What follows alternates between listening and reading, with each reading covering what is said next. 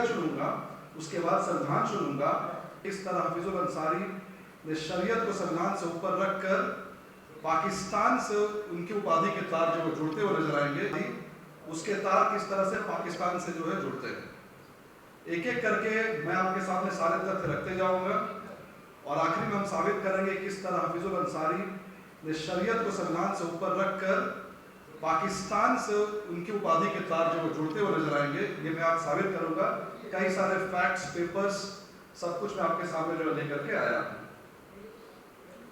तो जैसा कि आप सब जानते होंगे, हफीजुल अंसारी जी ने 2 दिन पहले, परसों, एक अपने सोशल मीडिया पे एक पोस्ट डिक्लेयर किया, कहा कि समाज सेवा करने के कारण जो है मुझे पीएचडी डॉक्टरेट की उपाधि जो है किसी यूनिवर्सिटी ने दी है।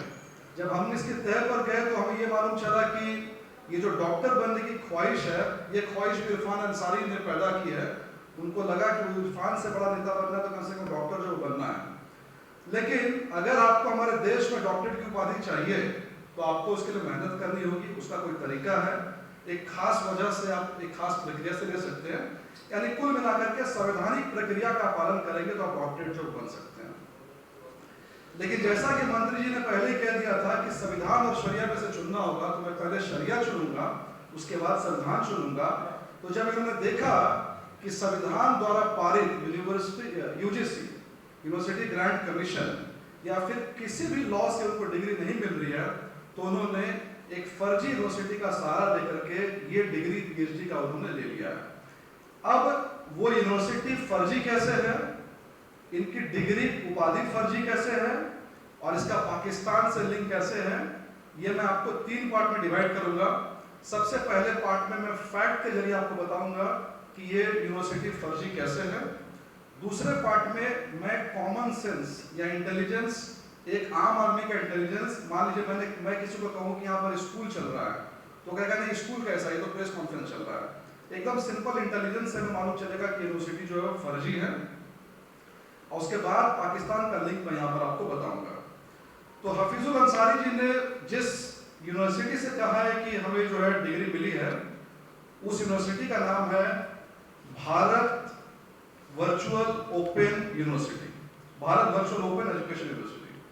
अब जैसा मैंने आपको कहा कि इन्होंने शरिया को पहले माना, तो शरिया को मानने का मतलब है कि इस यूनिवर्सिटी को बनाने वाले लोग सब के सब लोग उसी कौम से थे जो शरीयत पे मानते हैं। इसमें जो लोग हैं, चांसलर, वाइस चांसलर, अगर नाम ले तो चांसलर है MM अहमद, रजिस्ट्रार है Saqib Ahmed, vice chancellor Nusrat Jahan, dean Zeba Parveen, legal advisor Mahnoor Hussain, regional director Birja Manaf, director Farah Ahmed, director Rushika Ahmed, coordinator Rubeda Khatoon, coordinator Mohammad शरीफ पटेल। यानी कुल मिलाकर के शरीयत को मानने वाले लोगों ने एक यूनिवर्सिटी बनाई और उसका नाम दिया Bharat virtual open education university.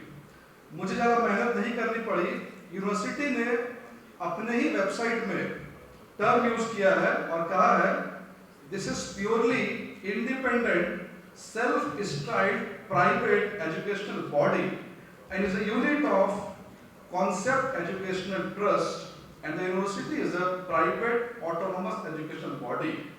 The university is not affiliated with UGC and nor it is listed by Ministry of Education. यानी इसने बोल दिया कि हमारा एफिलिएशन यूजीसी से नहीं है, इस बात को इन्होंने जो है साफ कर दिया है।